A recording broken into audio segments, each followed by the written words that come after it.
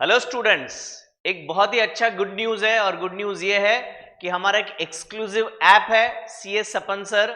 वो ऐप पे आपको FYJC अकाउंट्स और मैथ्स के हर एक एक्सरसाइज के वीडियो मिल जाएंगे। डिस्क्रिप्शन में लिंक दिया है, go and download now. Free resources के सेक्शन में एकदम ही सिस्टमैटिक वे में हर एक वीडियो आपको मिलेगा। बहुत सारे टेस्ट भी मिलेंगे। Happy learning.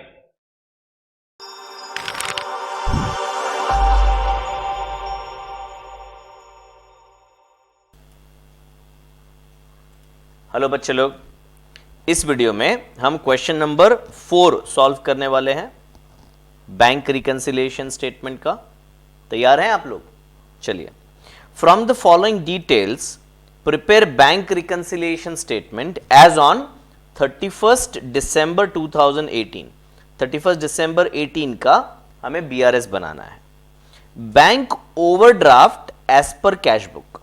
तो ये ओवरड्राफ्ट का क्वेश्चन है और कैश बुक से स्टार्ट करना है। सबसे पहले दो चीजें ध्यान देनी है, कहां से स्टार्ट करना है और कौन सा बैलेंस है।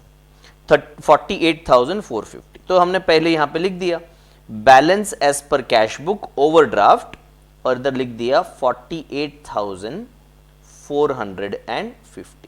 ठीक है, इन द बुक्स ऑफ नाम नहीं दिया है, नाम नहीं दिया है। और बैंक रिकंसिलिएशन एज ऑन, ये आपका डेट होगा 31 दिसंबर 2018। ठीक है, चलिए पहला transaction, bank charges for SMS alerts. अभी आपको पता है इंटरनेट बैंकिंग का जमाना है, तो हमें हमारा कोई भी ट्रांजैक्शन होगा तो हमें SMS आ जाता है बैंक से, तो उसके लिए बैंक चार्ज लेती है भाई, मुफ्त में थोड़ी देंगे। तो 370 रुपीज डेबिट कर दिया है हमारे पासबुक में। डेबिट कर दिया मतलब पेमेंट हो गया, हमारे अकाउंट से 370 निकाल लिए, but not recorded in cash book. तो ये कैश बुक है, ये पासबुक है, हाथ की सफाई वाला मेथड है। तो cash book passbook same, passbook में 370 कम हो गया है ना, 370 निकाल लिया है पासबुक में। अब ये क्वेश्चन में स्टार्टिंग पॉइंट क्या है? स्टार्टिंग पॉइंट कैश बुक है, मतलब कैश बुक को पासबुक के पास लेके जाना है एंड ओवरड्राफ्ट है।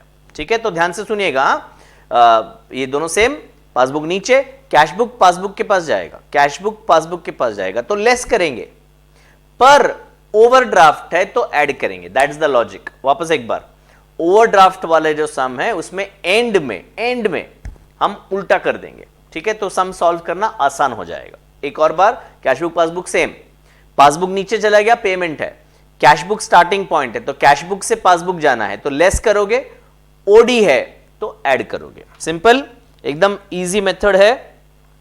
तो मैं ऐड में लिखूंगा बैंक चार्जेस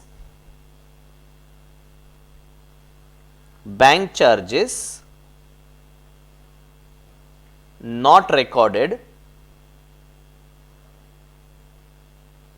इन CB। 400 रुपीज बैंक चार्जेस हमने रिकॉर्ड नहीं किए। ओ आई एम सॉरी, 370 है, 400 नहीं है, 370। Second, interest on overdraft 2870 did not appear in cash book. अब मुझे तो दोनों का लॉजिक सेम ही लग रहा है। इंटरेस्ट ऑन ओवरड्राफ्ट मतलब हमारे लिए रिसीप्ट है या पेमेंट है? सर पेमेंट है, हमने लोन लिया है तो इंटरेस्ट हमें पे करना पड़ेगा। तो बैंक चार्जेस में जो था वही लॉजिक यहां पे है, दोनों सेम है।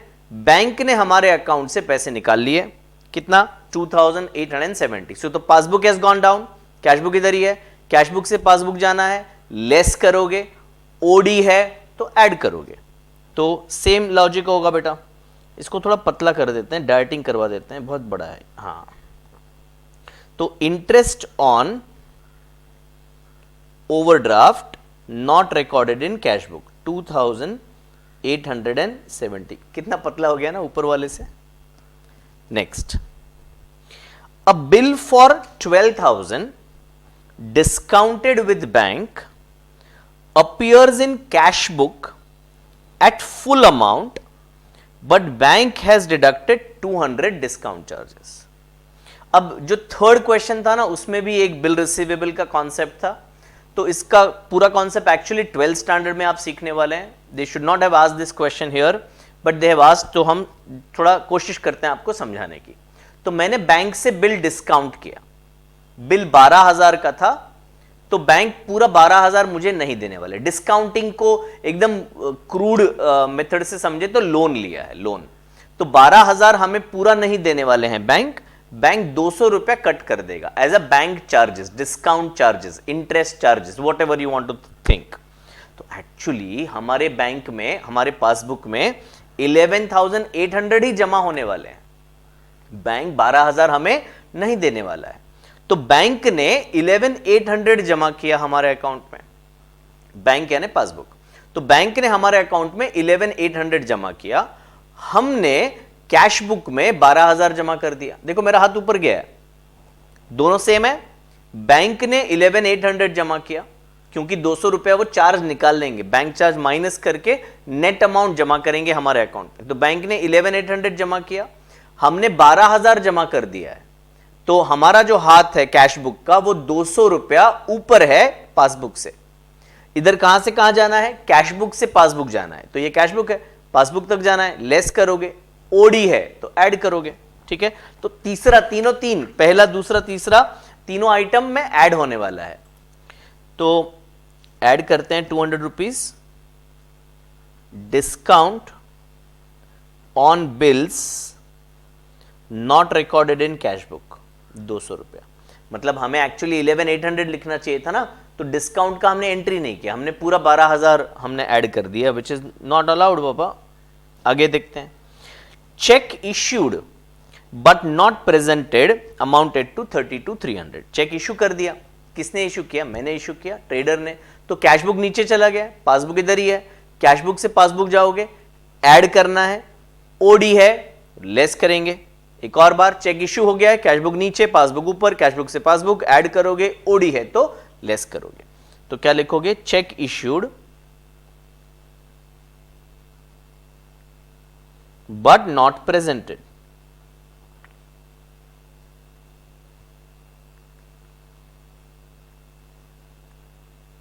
$32,300. नेक्स्ट देखते हैं. Cheques amounting to 24,000 deposited in bank, but only a cheque of 8,000 was collected before 31st December. तो ये कैश बुक है, ये पासबुक है. कैश बुक में हमने 24,000 ऐड कर दिए, चेक डिपॉजिट कर दिए, 24,000 के चेक हमने डिपॉजिट कर दिए. पासबुक में 8,000 के ही चेक जमा हुए हैं. कब तक? 31st दिसंबर तक. तो cash book is up by 24,000, passbook is up but by only 8,000. तो अभी दोनों में डिफरेंस कितना है? 16,000 का. Cash book has to come to passbook, less करोगे, ओडी है तो ऐड करोगे. ओडी में ध्यान रखना पड़ेगा बेटा,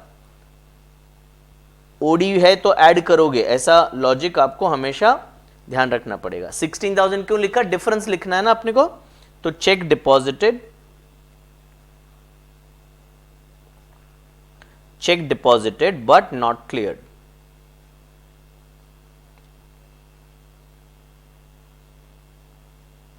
$16,000.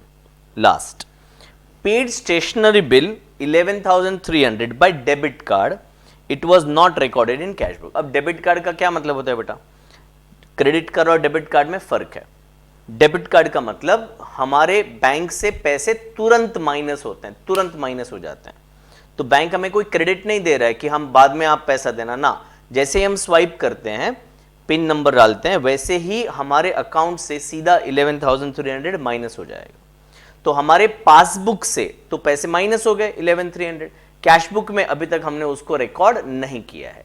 कैश बुक से पासबुक जाओगे, लेस करोगे, ओडी है तो ऐड करोगे. तो स्टेशनरी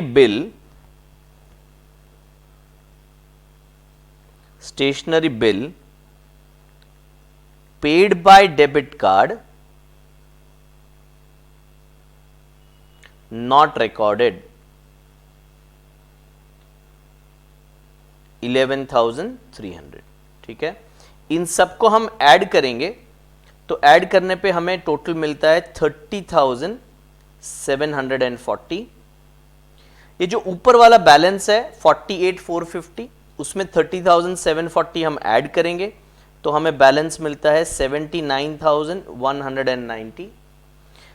लेस में सिर्फ एक ही फिगर है तो उसको बाहर लिख देते हैं 32,300, लेस है तो ब्रैकेट कर देते हैं और 79,190 में से वो माइनस करते हैं तो 46,890 मिल रहा है और ये मेरा हो गया बैलेंस एज पर पासबुक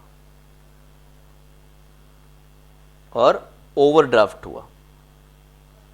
ठीक है, तो ये था हमारा सॉल्यूशन ऑफ क्वेश्चन नंबर 4 जो कि ओवरड्राफ्ट का क्वेश्चन था और कैश बुक से हमने स्टार्ट किया था। इसके बाद के वीडियो में क्वेश्चन 5 हम सॉल्व करेंगे। Thank you.